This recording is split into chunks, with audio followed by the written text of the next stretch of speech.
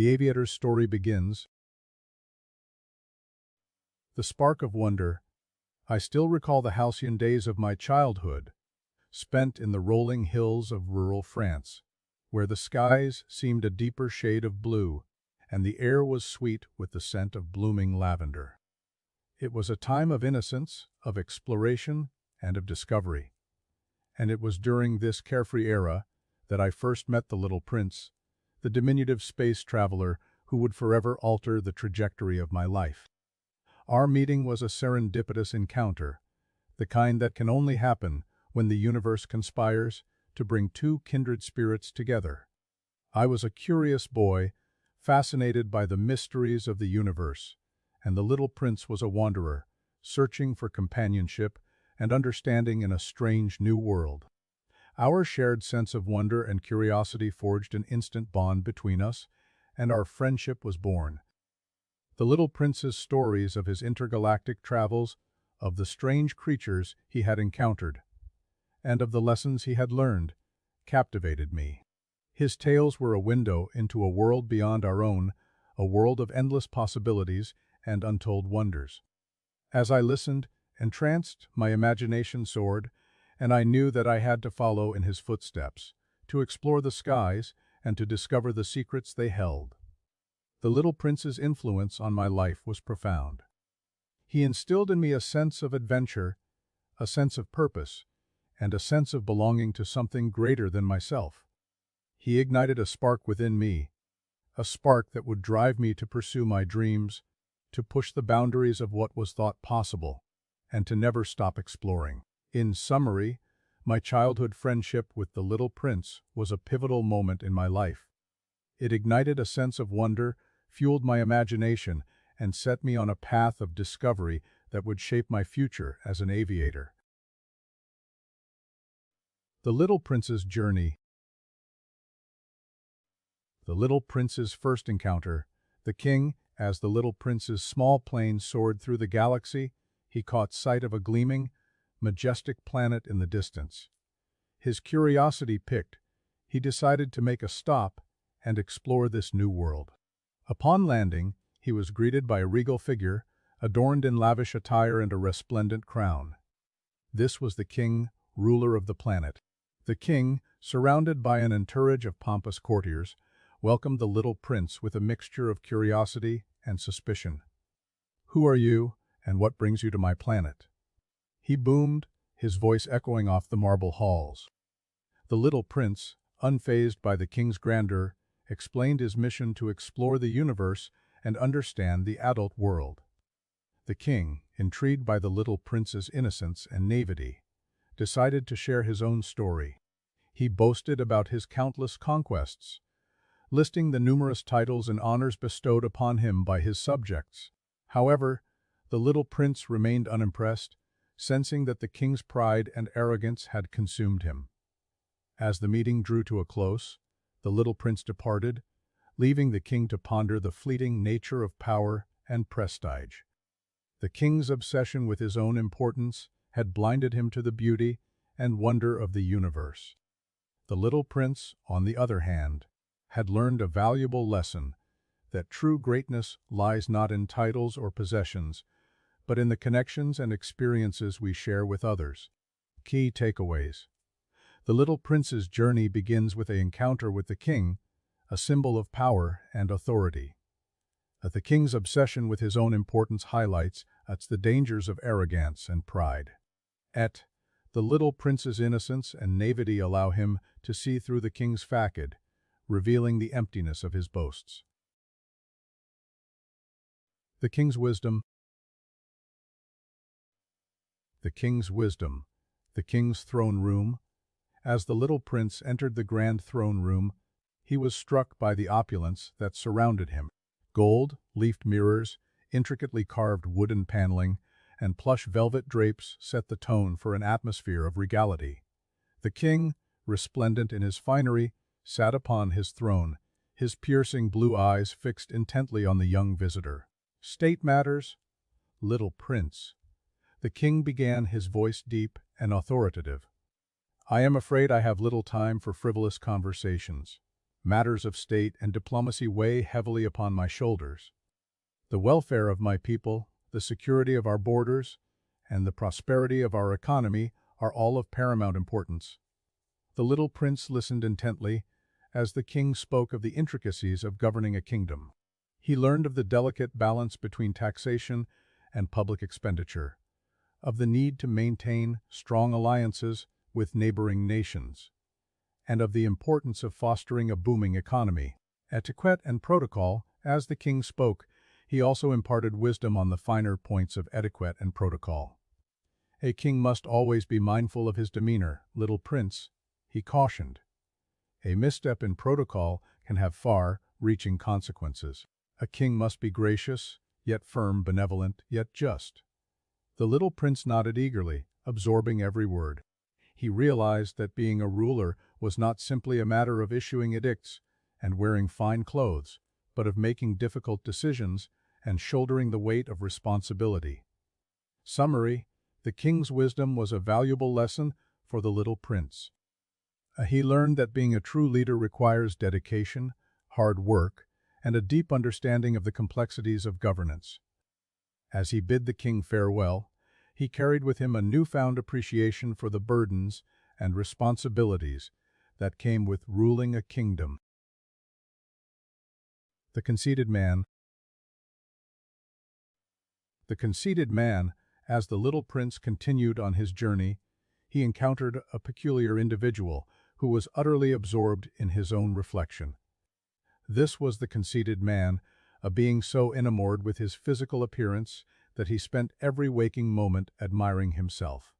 His daily routine consisted of meticulously grooming his hair, perfecting his posture, and ensuring that every wrinkle was ironed out of his immaculate attire. The little prince was perplexed by the conceited man's behavior, observing how he would spend hours in front of the mirror, making minute adjustments to his already flawless appearance. The conceited man would remark, "I am the most handsome being in the universe. My chiseled features and striking good looks are a gift to humanity." He would then proceed to strike a pose, expecting the little prince to admire his grandeur. The conceited man's self-absorption was not limited to his physical appearance. He would boast about his perceived achievements, exaggerating his accomplishments, and belittling others to elevate himself. The little prince soon realized that the conceited man was not interested in engaging in meaningful conversations or forming genuine connections. He was solely concerned with projecting an image of perfection, even if it meant fabricating the truth. As the little prince prepared to bid farewell to the conceited man, he couldn't help but feel a sense of disappointment. He had hoped to learn something valuable from their encounter, but instead, he was left with a deeper understanding of the dangers of ego and self-obsession. The conceited man's insecurities and superficiality had consumed him, leaving no room for genuine human connection or personal growth. In summary, the conceited man's excessive pride and self-admiration had become an all-consuming force, driving him to prioritize his appearance above all else. His story serves as a cautionary tale, reminding us of the importance of humility and the need to look beyond our physical appearance to find true beauty and connection. The Tippler's regrets. The Tippler's regrets. As the little prince traversed the vast expanse of the adult world, he stumbled upon a peculiar figure, slumped against a dilapidated tavern wall. The air reeked of stale beer and desperation. This was the tippler, a shell of a man consumed by his insatiable thirst for drink. The tippler's plight. The little prince approached the tippler, curiosity getting the better of him. The tippler, sensing the young prince's gaze, looked up, his eyes cloudy with regret. "I used to be someone," he slurred, "a husband, a father, a friend. But this wretched curse has destroyed everything." The tippler's words hung in the air, a heavy fog of remorse. Symbolism of humanity's flaws. The tippler's addiction serves as a poignant metaphor for humanity's inherent frailties. Just as the tippler is trapped in a cycle of dependence, so too are humans often bound by their own vices. We repeatedly succumb to the allure of fleeting pleasures, ignoring the devastating consequences that follow. The tippler's downfall is a stark reminder that our insecurities and weaknesses can ultimately define us unless we confront them head on. A cautionary tale, as the little prince gazed upon the tippler's ravaged countenance, he understood the gravity of the situation. This was not just a cautionary tale about the dangers of excessive drinking, but a reflection of humanity's propensity for self-destruction. The tippler's regrets served as a stark warning: our choices have consequences, and it is never too late to confront our demons and strive for redemption. In summary, the tippler's story is a powerful allegory for humanity's imperfections. His struggles serve as a reminder to acknowledge our vulnerabilities, confront our vices, and strive for a path of self-improvement. As the little prince bid farewell to the tippler, he carried with him a valuable lesson, one that would resonate throughout his journey and beyond. The businessman's blindness. The businessman sat at his desk, surrounded by sheets of paper covered in columns of numbers, his eyes scanning them with intensity. He was a man consumed, utterly absorbed in the world of finance and commerce. The little prince, who had been wandering the planet, watching humans at work, approached him quietly. "What are you doing?" the little prince asked, his curiosity getting the better of him. "I'm making money," the businessman replied, not looking up. "I'm making deals, closing transactions, and growing my empire. That's what matters in this world." The little prince looked around, taking in the sterile office environment. "But what about the stars?" he asked, his gaze fixed on a window beyond which twinkled a night sky. "Stars?" the businessman scoffed. "What use are stars to me? They don't put food on the table or money in my pocket.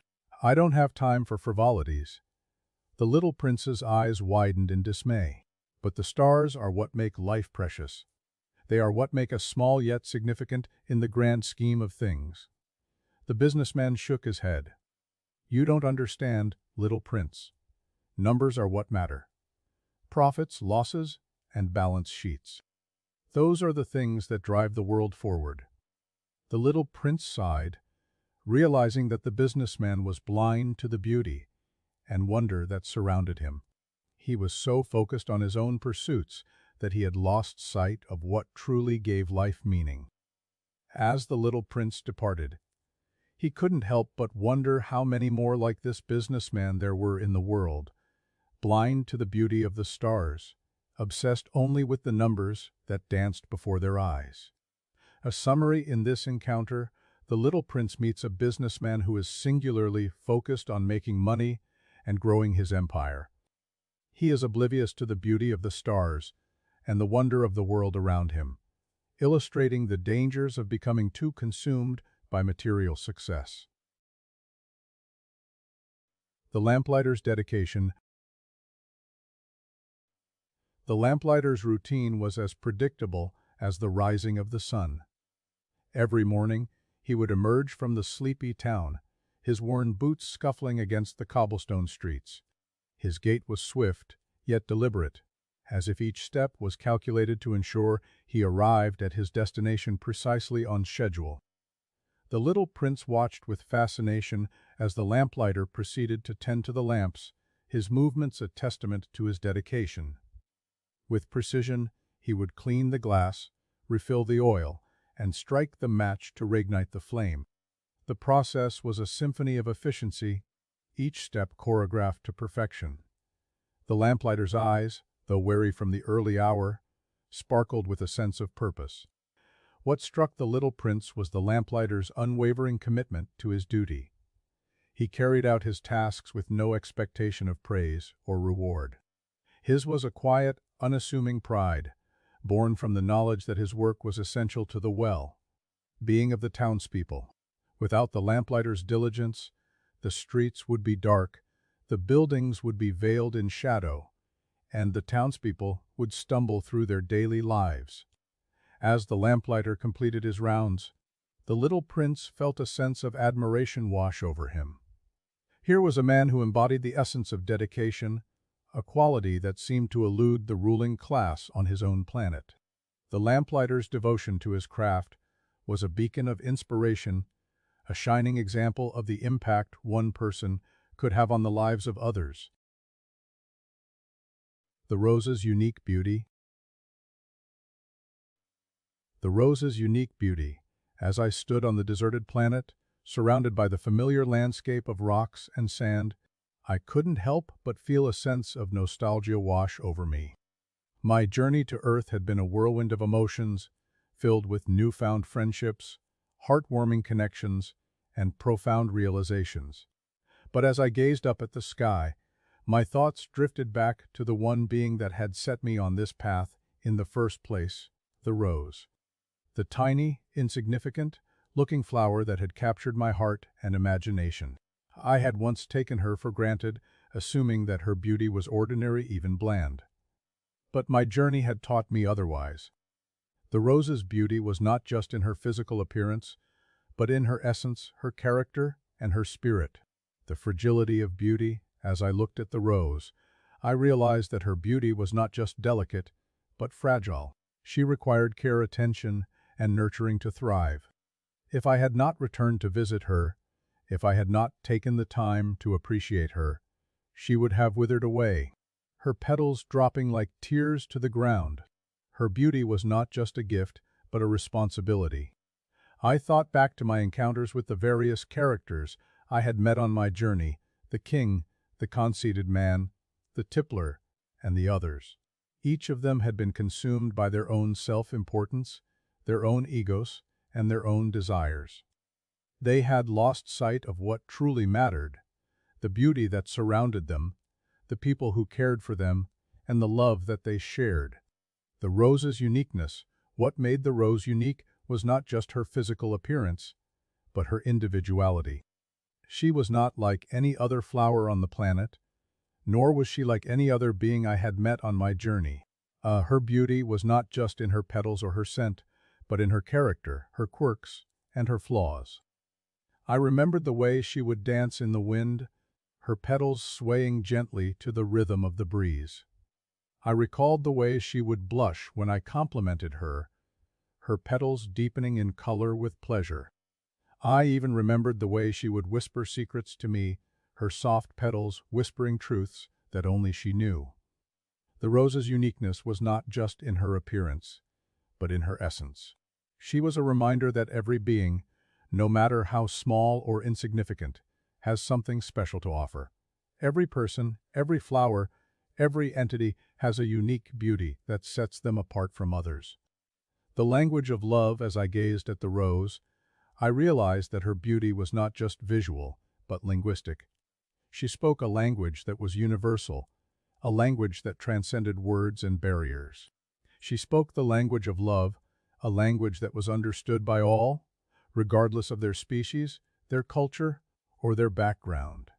I thought back to my conversations with the fox, who had taught me that you become responsible forever for what you have tamed. The rose had tamed me, not with her words, but with her silence, her presence, and her love. She had shown me that love was not just a feeling, but a language, a way of communicating that was both powerful and subtle. Conclusion. As I stood on the deserted planet, surrounded by the familiar landscape of rocks and sand, I knew that I had learned something profound. The rose's beauty was not just in her physical appearance, but in her essence, her character, and her spirit. Her beauty was fragile, unique, and linguistic, speaking a language that was understood by all. In the end, it was not the rose's physical beauty that had captured my heart, but her inner beauty, her love, and her spirit. She had taught me that true beauty is not just something we see, but something we feel, something we experience, and something we share with others. As I looked up at the sky, I knew that I would carry the rose's unique beauty with me forever, and that it would guide me on my future journeys, reminding me of the power of love, the language of the heart, and the beauty that surrounds us all. The Little Prince's Farewell. The Little Prince's Departure, as I stood on the desolate planet, watching the little prince disappear into the distance. I couldn't help but feel a pang of sadness. Our time together had been brief, yet he had left an indelible mark on my heart. I remembered the first time we met, how he had appeared out of nowhere, with an innocent smile and an insatiable curiosity about the world. His eyes sparkled with wonder as he asked me questions about the stars, the planets, and the creatures that inhabited them. As I reflected on our time together, I realized that the little prince had taught me more about the world and about myself than I could have ever imagined. He had shown me that even in the vast expanse of the universe, there was beauty and meaning to be found in the smallest of things. The way he tenderly cared for his rose, the way he marveled at the beauty of a sunset, and the way he lamented the loss of his own planet, all of these moments had left an impression on me. One of the most profound lessons I learned from the little prince was the importance of human connection.